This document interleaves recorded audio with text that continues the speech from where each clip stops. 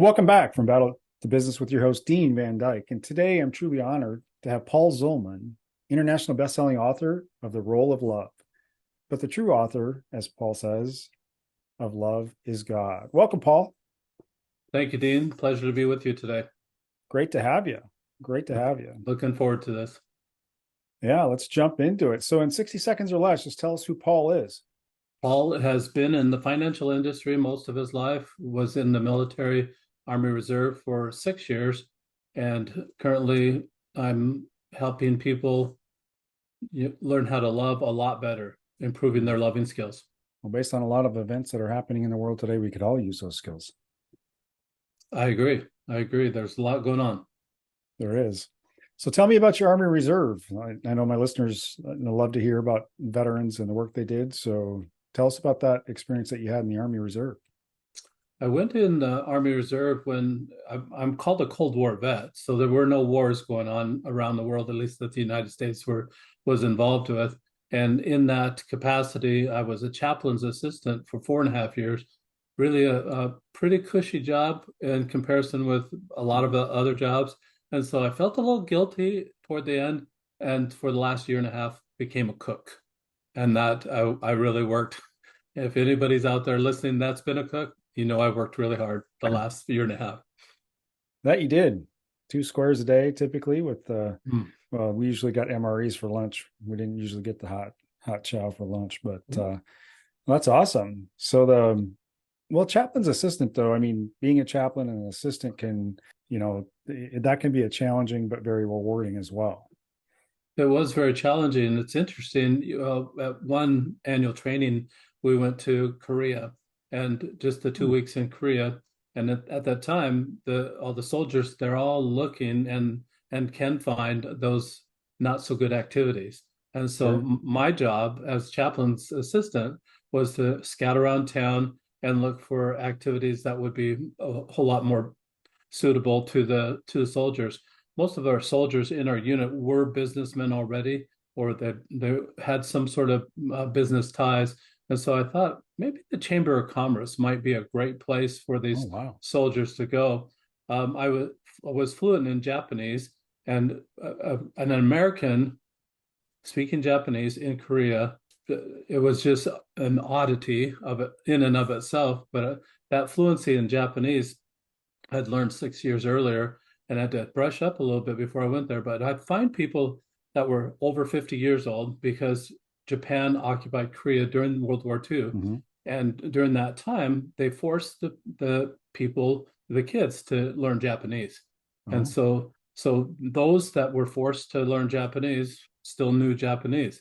And so if they were 50 years old or older at the time, then I could talk to them. And it was hard to detect because Orientals really hide their age. And so it was interesting. I only got sent on a bus to the very end one time. Other than that, they were very kind and very, very gracious. I ended up not doing the Chamber of Commerce, but found a church leader there that was interested in more of an exchange. That church leader set up 19 different families that had 2 soldiers go to each family. So 38 soldiers that actually went to these families, had a cultural event. In most of those homes, all of those homes, they all spoke English and they were practicing their English. That was a perfect thing for them, but it was a cultural event for those soldiers. The home I went to with the leader, he couldn't speak any English, but he spoke Japanese very well. He translated the Japanese into Korean for his family because they didn't speak Japanese, and I translated the Japanese into English for the guy that was with me. It was like we had a miniature United Nations meeting there, only we didn't have the microphones. Nice. Well, I know that would have been a great experience, having been in the Navy and traveled extensively in the Mediterranean and the Middle East.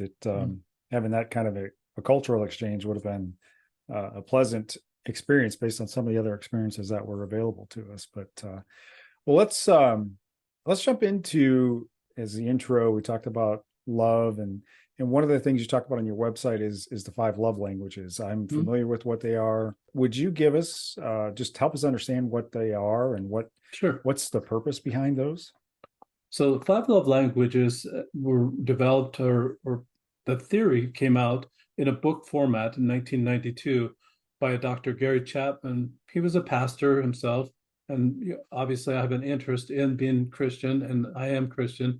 But he had said that these five love languages reconcile to the life of Jesus Christ. Everything that is in the five love languages reconcile that way. So I did my own fact check, obviously, and confirmed that that's what they do. But it really helps you be a whole lot better person by practicing the five love languages. Most people, the theory say, have just a primary love language that they like, something that Mhm. they either like to give away and they like to receive. So the thought process is that most people give away what they want to come back. And in my thought process, that didn't work for me. I came from a background of anger, and Mhm. to me, I didn't have those skills to be able to send the love out in hopes of getting it back. So that reciprocity wasn't working for me. The other thing that Dr. Chapman says, well, if I guess, Dean, what your love language is, and I cater to that, we're going to be buddies. I'm a bad guesser, a really bad guesser. And it wasn't working for me so far in my life up until that time. Why Mhm. in the heck would it work now? And it just wasn't doing it for me. The second thing that Dr. Chapman has that is, if you take this survey, you can find out what your love language is. Well, Dean, what the heck am I supposed to do with that? Advertise? I was thinking about printing buttons and put on my shirt and said, "Hello, I'm gifts. What do you have for me today?" And it was just, it's kind of ridiculous, and it gets, and unintentionally, I'm sure, but it gets you to this little whiny voice. That, well, I told you how to love me. Why aren't you doing it? And it's just, you Oh, don't want to good even one. go to that pity party there to get there. But as far as five love languages, I'm agreeable with the principles and I like the principles. So I actually made it a game and I put the five love languages. I'll just go through it. I'm showing right now for those listeners, I'm showing a hand with an hourglass on it. Time is one of those love languages, and Mhm. this would represent time. Some people just like to hang out, they just like to be with you. You could watch a Hallmark movie with them, which kind of is, some people don't like them. I like them. My wife does not. So she just toughs it out sometimes and just loves me by spending that time with me to watch that Hallmark movie. The next one I've got up is like a server at a restaurant holding a platter that would represent service. So service looks like that person loves it when you wash their car. That person loves it when you vacuum the carpet or take the trash out Mm. or gas up the car. There's a lot of things that that person would love. They light up, and that's how you tell what love language that is. The next one I have is two hands put together to form a heart, very common, uh, a thing that happens throughout the Mhm. world right now. But this particular one has a little conversation fly out from it. It's like a cartoon fly out when someone is talking in a cartoon. This would be the words from the heart. Some people like to hear the words "I love you," or they like to hear Mhm. compliments, or they like, and that's what they really like. The next icon that I have on the cube is two hands, like they're holding hands. That would represent touch.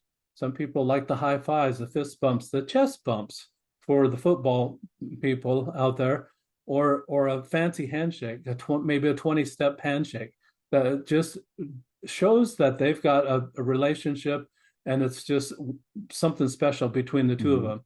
Of course, it includes the hugs and the intimacy as well. That would be touch. The last one is, actually we talked about the words. Last one would be the gifts. So this is a hand holding a gift, and the gifts would be are pretty self-explanatory. People just light up when they get a gift. Mhm. There's six sides on the cube. Last side is a hand holding a question mark. That one is represents surprise me. So there's just two instructions, Dean. You roll the cube every day. Whatever it lands on, that's the love language you practice giving away all day that day, all day to everybody. It's not like, woohoo, I did the dishes, I'm done. It's not like that at all. It's all day, everybody. Well, you just took my next question, so I guess we can Oh, keep sorry about rolling. that. But no, it's good. So I've had experience with the five love languages as well, and it's with the kids, it's spending time. Of course, all of ours are grown, but one of the things I was thinking about as I was preparing for our conversation today was couples tend to get comfortable in their relationship. So Mm. when they get comfortable in the relationship, some of those things that you talked about, they don't practice that. So when you think about the I call it the role of love. role of love, ROLE. Yeah. so how can folks use and practice the role of love every day in light of that? Dean, that's a great question. I look at this as an investment, and any investment you that I've ever made and talked to other investors, they Mhm. want to make a little investment, have huge returns. Right. Everybody wants that in the beginning. This is one of those investments that will never fail. That you'll send for 2 seconds of the day to roll the die at the beginning of the day. It sets a theme for the day, more of a purpose, Hmm. an intention for the day. This is what I'm doing all day long.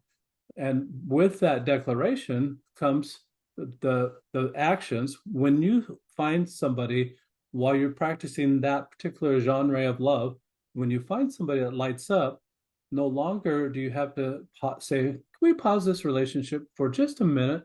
Well, I have you take a survey so I know how to love you. You don't have to do that awkward thing anymore. All you have to do is watch them light up. You've made their day. And with that, it's a it's pay for you right there, right then and Hmm. there. But what you're doing is you're sending out love without any regard of it coming back. It's not that reciprocity anymore. It's not that transaction. It's not let's make a deal. It's not, that is not love. What this is sending it out without any regard of it coming back, but watching and having the trust that it's going to come back because of the laws of the universe that are already in place before Hmm. we ever started living here on earth and before even after we go. The law of the harvest, law of karma, the law of attraction, the law of reciprocity, the law of polarity, any of those laws would apply to this. That Hmm. sending it out, it's going to come right back to you. Just trust it. don't Well, don't don't believe it's going to be paid today. that's the thing, right? So I can recall an example yesterday. So, like I said before we hit record, is I'm struggling with a respiratory infection, and so spent too long at the doctor yesterday. But that's a process improvement they can make. But so after leaving there, I wanted to grab a tea, so I stopped, grab a tea, and as I'm leaving, I see somebody walking in, so I held the door open for them. So it's really about Mhm. you're exactly right. What you do may not be reciprocated right away because I mean, I've held the doors for many of people and they kind of grumble when they, thank you. Mhm. And it's like, hey, you may be having a bad day. I mean, that's the brief glimpse that we have into each other's lives as we interact every day. If we all were practicing what you were talking about, simply rolling that roll of love dice in the morning, and then setting that intention. So it's really about, you were talking about setting the intention of doing it and then expecting nothing in return. I mean, that's where I think some folks struggle a bit because, and me too, I'm guilty as charged. You do something, but then you expect something, and when that doesn't happen, I think that's where, and I've caught myself doing that too. I mean, like I said, I'm guilty as charged on some of that. But one of the things that our schools today, I won't get into kind of my thoughts on our schools and where they're headed, and but really just practicing what you're talking about. What do you think? I mean, how would they benefit, and what do you think the ultimate impact to not only school but then to families and society as a whole? Great question, Dean. Let me just back up a minute. You talked about couples getting to a point that they may be too familiar with themselves. They Mm-hmm. forget to do these things.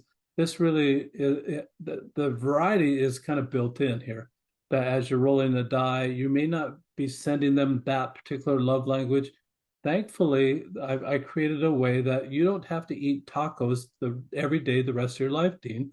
this is, and if you put somebody in a box that say, well, that's their love language and they don't get anything else to eat the rest of their life, that we don't have to do that anymore. We provide that variety, and Mhm. variety really is the spice of life. So that will keep your relationship a lot hotter, a lot spicier, a lot more fun. Relationships of any kind. And people, on Christmas, you're going to want that love language of gifts. And there's that expectation there, but you're still anticipating and hoping that that happens. So Mhm. you're listening, you're watching for opportunities, and you're going to surprise someone with something they may have said maybe 2 or 3 or 4 or 6 months prior to that, and they still want that thing, but now they're surprised that you were listening, surprised that it actually happened. And your second question about the schools, I've taken this and I'm testing it in some younger primary schools that K through 6, and in that situation, what they do is that the teacher or a class member rolls the die at the beginning of the day. Then Mhm. the teacher might take 30 or 45 seconds to explain to the class, this is the type of behavior we're watching for today. At the end of the day, what happens is I prepared a PDF that I give. This is a journal that I have, but I prepared a PDF that says what they rolled, opportunities they saw to love in that way, and what they did about those opportunities. Obviously, the younger grades might not write very much, but at least it gets them in the habit of putting down their Mhm. thoughts. It Sure. gets them also in the habit of being responsible for their own Oh, behavior. yeah. And so what we're trying to do is teach responsibility, Dean, and help these children see that it's important to be responsible, and mostly important to send out love every day, all day, every day. And so what we're looking for through this is obviously great stories. The Mhm. teacher would extract a few of those great stories, read them to the class the next day. Look what Johnny did. Look what Mary did. Look at all these, and highlight maybe one story every single day, 1 or 2 stories every single day. What that does is motivate the other children to also want to have their story Sure. read at the end of the day. Second thing that it does for these children is that these kids are really tired. I've talked with teachers around the world, Dean, and these teachers, they all agree the last 10 to 15 minutes of the day is non-productive time. The kids have been there all day, they're antsy, they know the bell's going to ring, they know they're just brains are mush. They can't take on one more thing. Right. Journaling is a decompression activity. So it decompresses those kids, takes away that anxiety, takes Mhm. away all that angst that may have happened throughout the day. And it's a release for them to use that. And the kids are going to return back to home a whole lot calmer than they left school. And it'll just be a great activity in that way to make non-productive time, non-productive school time that we're paying taxes for, non-productive school time, make it productive for them. I mean, I think one of the key things or themes I heard as you were talking is really the behavior, right, of continuing to do good. And I think that's, and then modeling it, right? So recognizing those that did it. My bride is or was a pre-K. She's now moved into leadership, but Mm-hmm. one of the things that she did every day was model and then reinforce the behaviors that they were looking for in the classroom. And I think that's, what you're talking about is, I can't imagine what this world would be like is if every day, every classroom in this world rolled your die, practice that. And so one of the areas that you talk about, which I find interesting, is the workplace and how workplace relationships can benefit from something like this because we've seen the workplace relationships can be very tough. How can the workplace benefit from something like this? That's a great question, Dean. And let me just put it this way. I, the opening the door that you did the other day, just yesterday, for that person is the kind of workplace environment, workplace love that we're talking about. Hmm. We're talking about basic decency that is really not so common anymore. It used to be very common, used to be something that was out there a lot. I think that putting love, the word love in the workplace is almost taboo anymore. And I just would agree. so let's change it, change the word to kindness, change the word to consideration, change the word to whatever it is that works for you in the workplace. We can Hmm. change the word to that, but it's still extending love. I've found in my study and in the work that I do, Dean, that these are basic. These love languages are basic. And you're not going to be able to touch anybody at the workplace. You can do the high five, you can do the fist bump, you can do those type of things, maybe pat them on the back, obviously above the waist. You're not going, you got to keep it nice, keep it clean. We're not talking about sexual love here. And Right. so, and I think that the workplace and a lot of people have that mixed up that love is sex and it's a natural thing. I'm telling you, it's not, because if you're insulting, how are you going to get to intimacy, which is really kind of a higher law of Hmm. love? So what I found in my life, and the problem that I had, Dean, was was stacking anger. I was stacking one annoyance on top of another, top of another, on top of another, until I had this flash of anger. That's what I wanted to overcome in my own life. But I grew Hmm. up in an angry household, so I found that stacking that anger really was a pattern that was passed down from my father, maybe from his grandfather, maybe for many, many generations, more of a generational thing. I learned it from my father. And I had a Hmm. lot of resentment all the way up till age 35, and said, I'm angry because of my father. I was blaming him all the way to 35. Now, at 35, my father had already been dead for 7 years. And I Oh. woke up one day and I thought, what the heck am I doing? How can I blame him? He can't even defend himself. How can I blame him for my actions? And I realized I was now responsible for my own actions at age 35. Well, that was a revelation for me. So, what we're trying to do in the classroom, trying to do at work, in the classroom, everywhere, is help people be responsible for their own actions. The workplace is still one of those places that you can do that. Once you've finished your work to be productive for that company, if you're an employee, then you just go find someone else that has some extra work Hmm. or has a project that they're overloaded, try to unload what they're doing. It's not all about you. And that's Right. especially what I'm trying to say today. Even love isn't about you and about getting love. The way you do this, the way you feel that self love, is make somebody else's day. When you make their day, there's a great satisfaction that you're going to get by doing that. It Hmm. works in the workplace very well. You're helping somebody accomplish their work, their goals. You're doing all the work that you need to do. You get it done fast. You don't space this out so that this project that should take 4 hours now takes 8 hours. You don't do that and expect to be paid and expect to stay at that company. Right.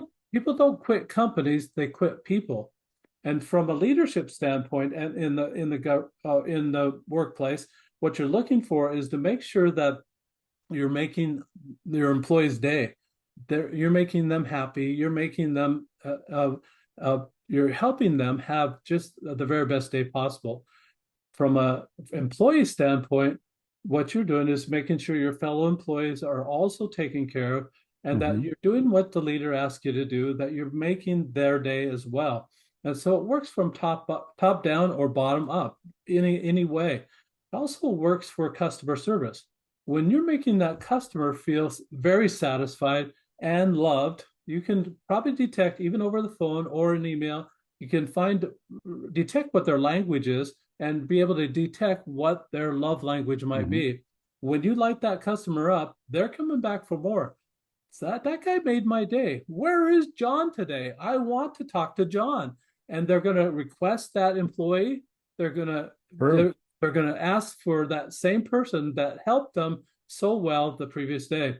So when it comes to the Salesforce, if that salesman can detect what the love language is of that customer and help cater to that within their bounds, within the products that you have, that customer also is going to buy, and they might buy more, True. and they're going to come back because they feel valued, they feel loved from that business. That's how it can be set up in the workplace. When you think about kindness as in general, it really it impacts your brain, right? So it enhances those positive emotions. It boosts your serotonin. It boosts the dopamine. I mean, it really, when you are kind, it really impacts your culture.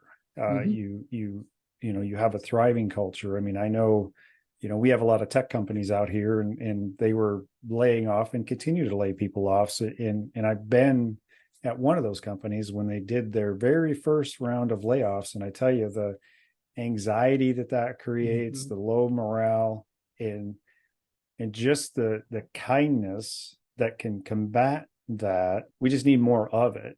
And I think that we as a society have gotten away from it. I've heard it phrased the me generation, or it's me. But when we practice kindness and we're intentional about it, you not only have more engaged employees at work, but you have more engaged students at school. You have more engaged families.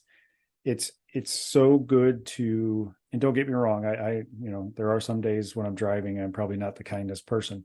But when you think about stuff like that and pull yourself back from that, right? The key thing is recognizing it. And then, and I've even caught myself saying, oh, I missed an opportunity to be kind there. And so I think what you're on a mission, and I love the mission, no pun intended, but I looked at the dice and just what you're doing, and what you said about the 5 love languages has been very helpful, because I'll admit, when I first read the book, I'm like, oh, I know what I am.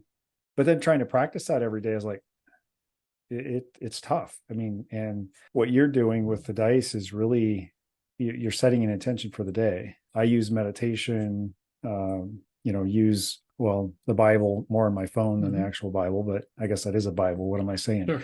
But with what you are doing, I think it's the impact you could have on the world is phenomenal. So, but I want to jump into my lightning round here. And these are going to be some of the toughest questions you've ever answered. I'm looking forward to it. So one of the questions I love to ask is, what are the top 3 books that you'd recommend to the audience, and why? Great question, Dean. And I really love the Think and Grow Rich. It's about just being that person and watching for the monetary rewards. I like that to watch for that, but it really shouldn't be a focus of your life. Right. But I think the character development that gets you there is actually something that's very valuable. So that'd be one. I have 8 children, Dean, and so I love children's books, and you'd find me snuggled with them in their bed at bedtime, reading the book with them. And one of my favorite books from that is Frog and Toad.